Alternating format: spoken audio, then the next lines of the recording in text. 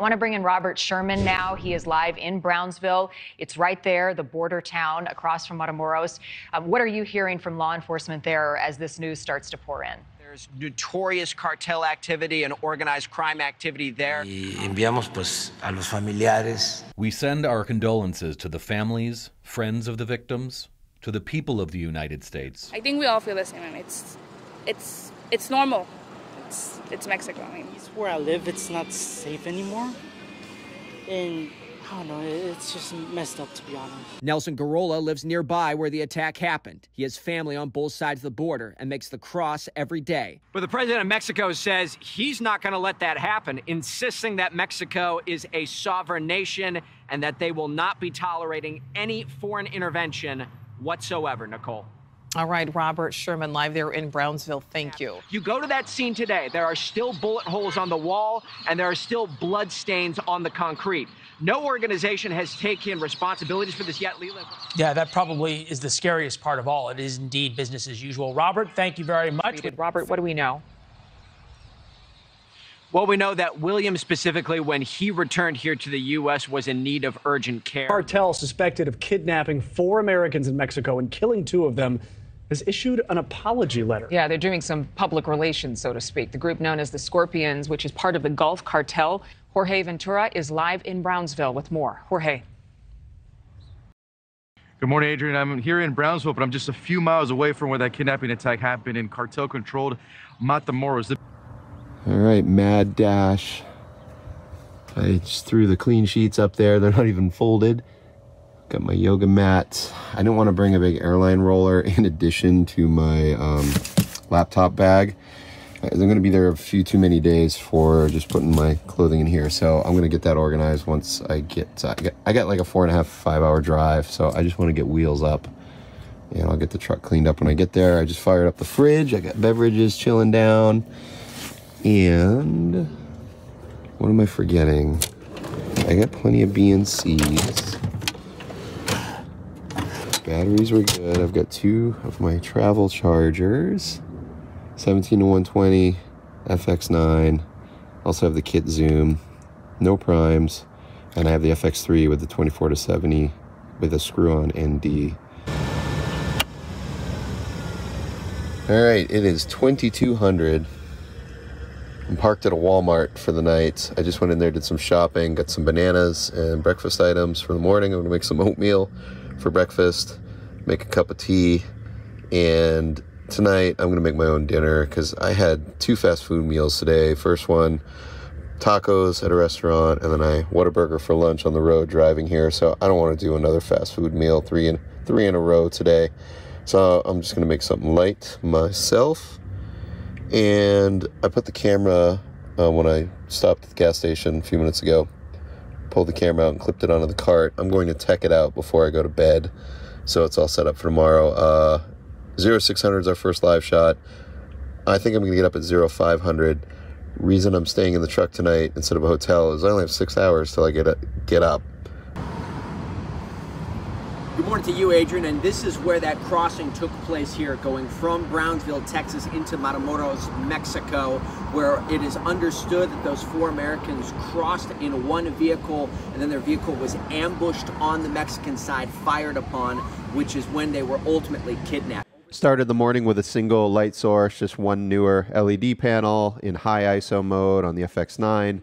Since my background was nicely illuminated and there was a street light backlighting the correspondent, I was the first one on location and had to scout out a spot to set up, and I wasn't able to park my van close to the first setup, so that weighed into my decision to just start with a single light, get picture up, get that first 0600 hit out of the way, and then as the day progressed, I would be able to get my van closer and supplement with additional lighting and an overhead.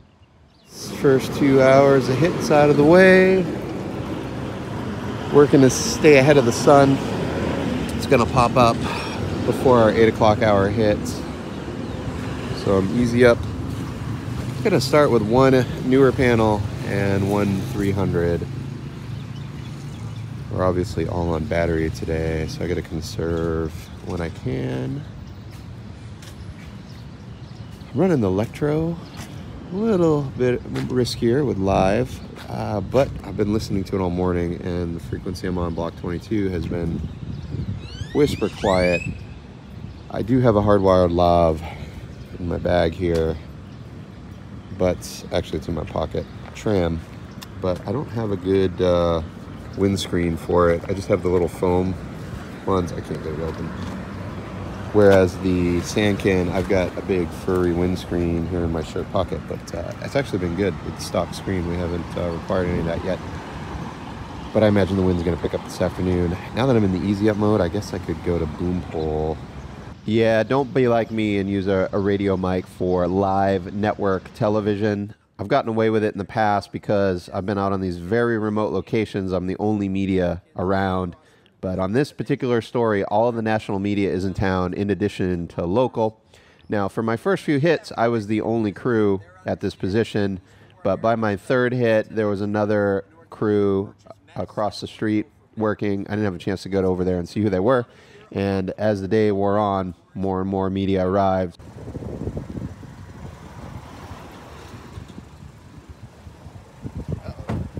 Oh man, did you lost?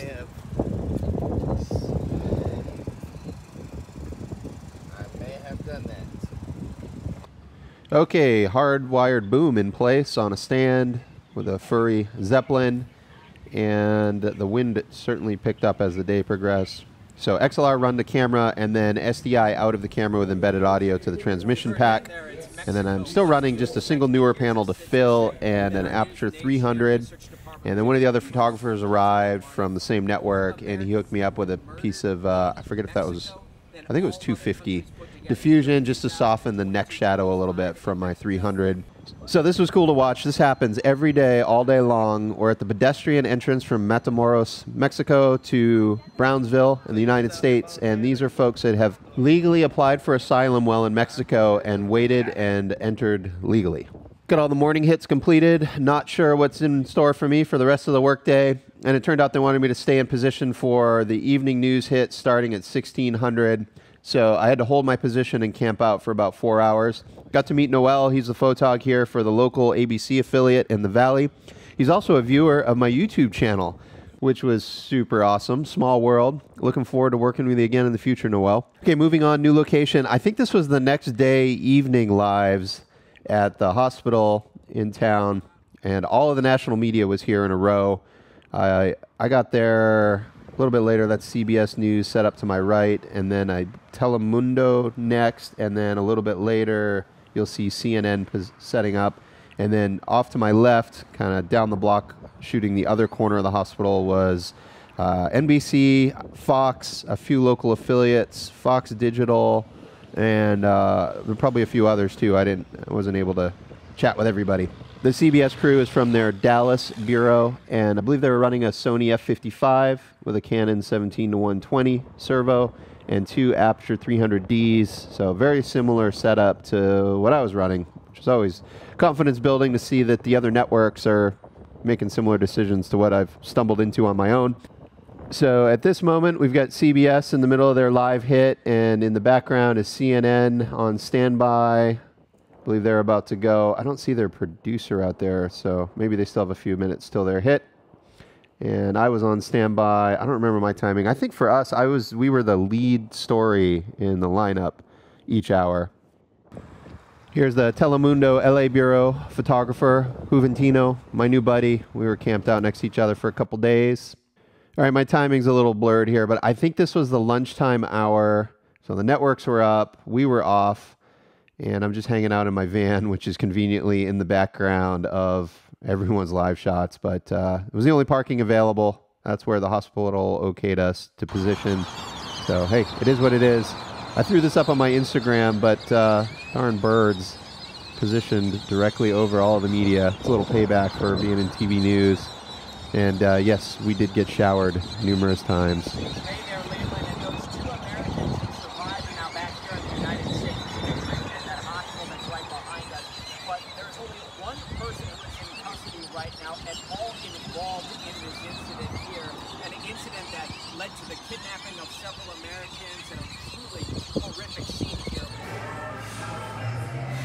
Jartice, I'm real bummed that you're leaving us. Are you really? All right. Pretty much every hotel on the U.S. side of the border is booked because it's spring break, plus all the national media is here. So I'm in a discount hotel about 35 minutes away, and I got to be back there at 5:15 in the mañana. I think it's 2100 right now. Long day. Did morning news right up till noon, and then 4 p.m. through 18:30. Just had dinner, went to Walmart and purchased a chair for the rest of the week so I can sit and go to charge batteries. All right, charging. We went through 10 bricks today. I had one bad one. This is one of my LA batteries that, because it has that piece of tape on it, that was kind of the indicator that it was a problematic battery. It was good, not too bad for power and lights, camera, and the TVU unit, which is under my clothes here, for basically all day. 0500. I think I got 4.5 hours of sleep. Oh, day 3.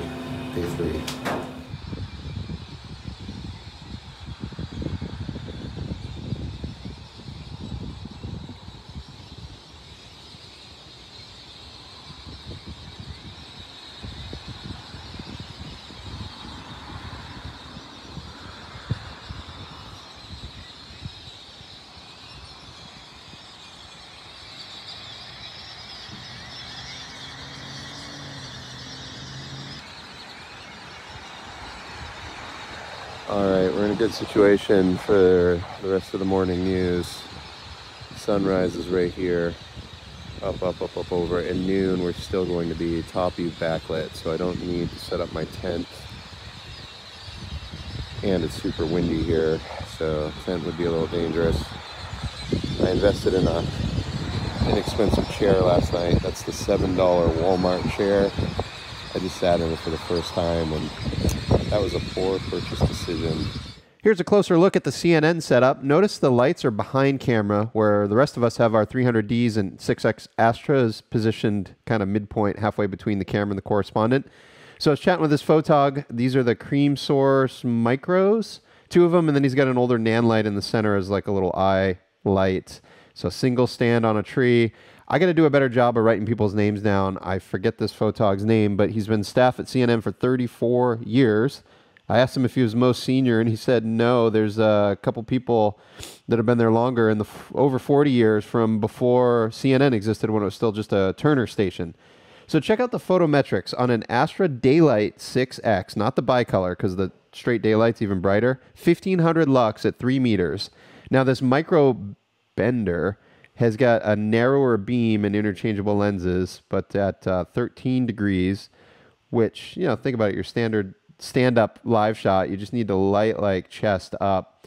So look at this, 7,600 lux at 3 meters versus 1,500 lux at 3 meters. And the physical size of the light is quite a bit smaller than an Astra. And the yoke is single-sided, and it's also removable from the fixture. So these things are, to me, they look incredibly airline friendly, and they're waterproof.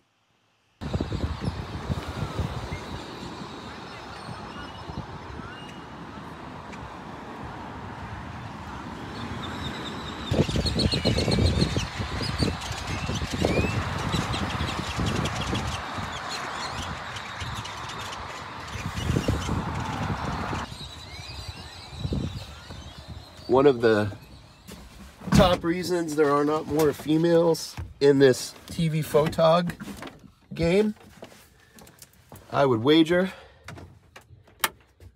is because these are not available.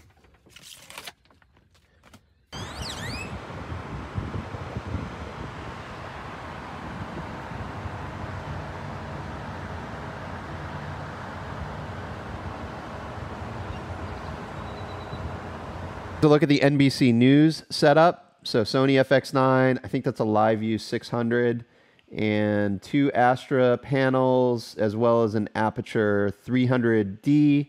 And I think they had a generator running, as I recall, like a little inverter unit, like a Honda 2000. They had an Easy Up like mine, as well as a few umbrellas. We're all just managing the wind situation, which you'll see in a moment. I didn't have a chance to check out what lens they were running, although I recall it being like a Canon servo zoom similar to my 17-120, maybe the same one or a newer model. 0815. I've already burned through 3 bricks, and I've got another 4 or 5 that are less than 50% still in use. So it's looking like I'm gonna have to top off batteries today in the truck. Now I've got the inverter here, 1000 watts, which my alternator can handle, and that's on my I think they're Group 26. I have 2 golf cart batteries, 6 volts as my house bank. I forget the capacity on them, but anyway, they don't last more than 30 minutes charging batteries. Maybe an hour, but anyway, so I'm gonna idle the engine today. But I put in a 60 amp 12 volt breaker, and I can charge 4 batteries on a quad charger, but I cannot charge 8 batteries with 2 chargers. It trips at 60 amp. So my wiring, alternator, inverter, which is 1000 watts, can handle the 2 chargers, 8 batteries, but I've got to put in a bigger breaker. I've had this in the truck for quite a while. I'm just going to swap it out right now. All right, we're in. I'm going to wait till I have 7 or 8 batteries before I charge, so that I'm idling the engine, burning gas the most efficiently, maximum battery charge.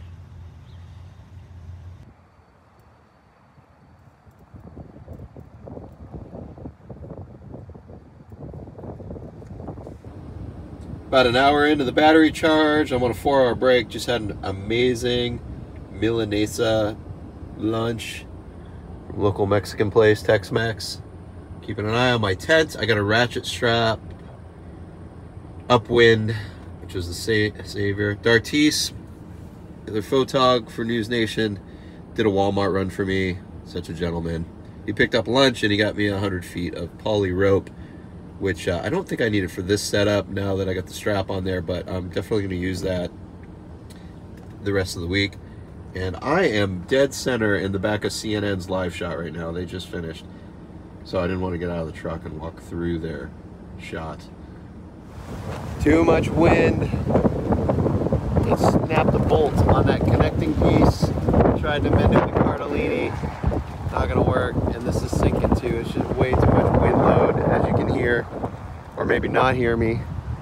I got a stake in the ground there, tied off to the tree on the upwind side, but the rope didn't get here in time. I had that one side strapped, but this side was just getting torqued by the wind. Like the legs were starting to fold, and I think that was what overstressed that bolt up there. And now that it's not rigid, it's flapping around and it's a sound problem. So, the end. Looking at the crews over there, they don't have as much wind load. Gosh, so windy on there. Although they're getting warped too, but they're in the shadow of the hospital, which is upwind.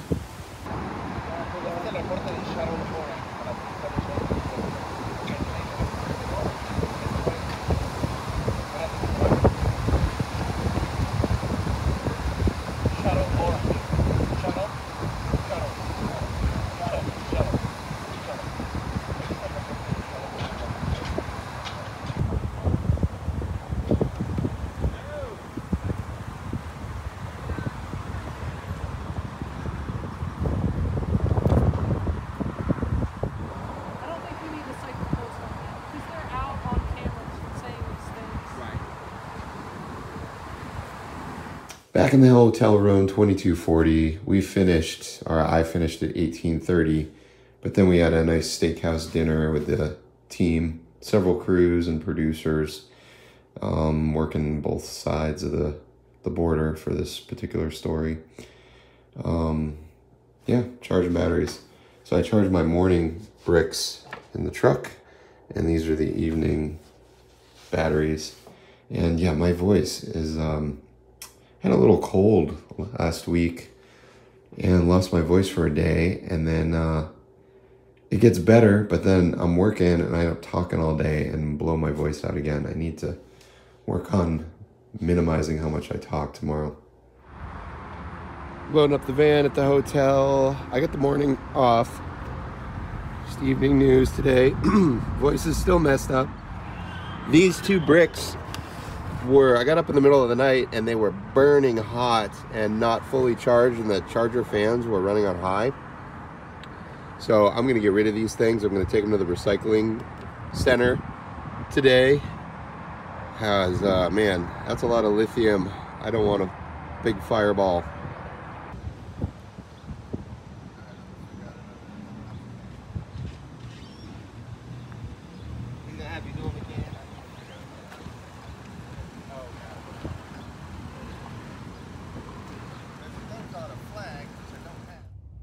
Good evening. It is 21:45. I have a 05:15 call time in the morning, and my hotel room is 45 minutes from the location. So I made the decision to just sleep here at location, so I don't have to drive 45 minutes in the morning, or drive 45 minutes right now back to my hotel.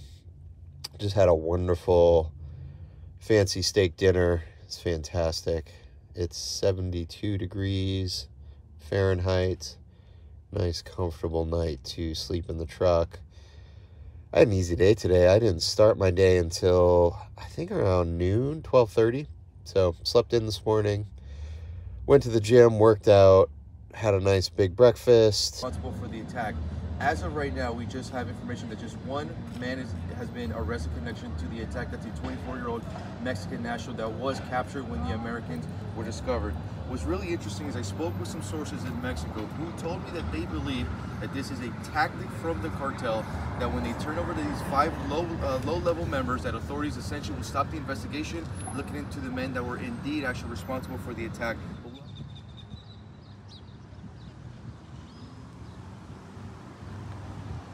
Another field hack I picked up from gaffer Chris Phoenix in Orange County, California. When you're running aperture lights, you can often get by with the ballast down low on one of the stand legs, acting as your sandbag. Had a few questions about running these Aperture 300Ds outside and the power demand. So I'm running 2 HyperCore 90 watt hour, whatever the number is, the airline friendly HyperCore gold mounts, 2 of them per light. I'm anywhere between about 20% and 65% on the intensity, and then I have the Fresnel lens on there, and it's spotted kind of in the mid-range between spot and flood, and that gets me enough exposure on my correspondent in direct sunlight. So if you've noticed, I started out the week with my Sony kit zoom, the 28-135 f4, and there's 2, maybe 3 reasons why I switched over to my 17-120. Number 1, I own it, the thing's paid for, and it's in the truck, so best to use it. 2, I got to shoot at 59.94 interlace for this network, which means the camera has to window down to 5K, and this lens covers well in 5K. Next, it's a 2.8 versus a 4, and that extra stop of exposure makes a big difference when the sun's down to get ambient background lighting to a nice level, and then I just match foreground to background. And lastly, the super smooth start-stop variable speed zoom and manual focus, so I can do push-pulls on and off the correspondent to the background on cue. A little bit of California right here in South Texas. That's the rest of the weekend. I never photograph my food. Here I am. I'm not exactly an Insta thing guy.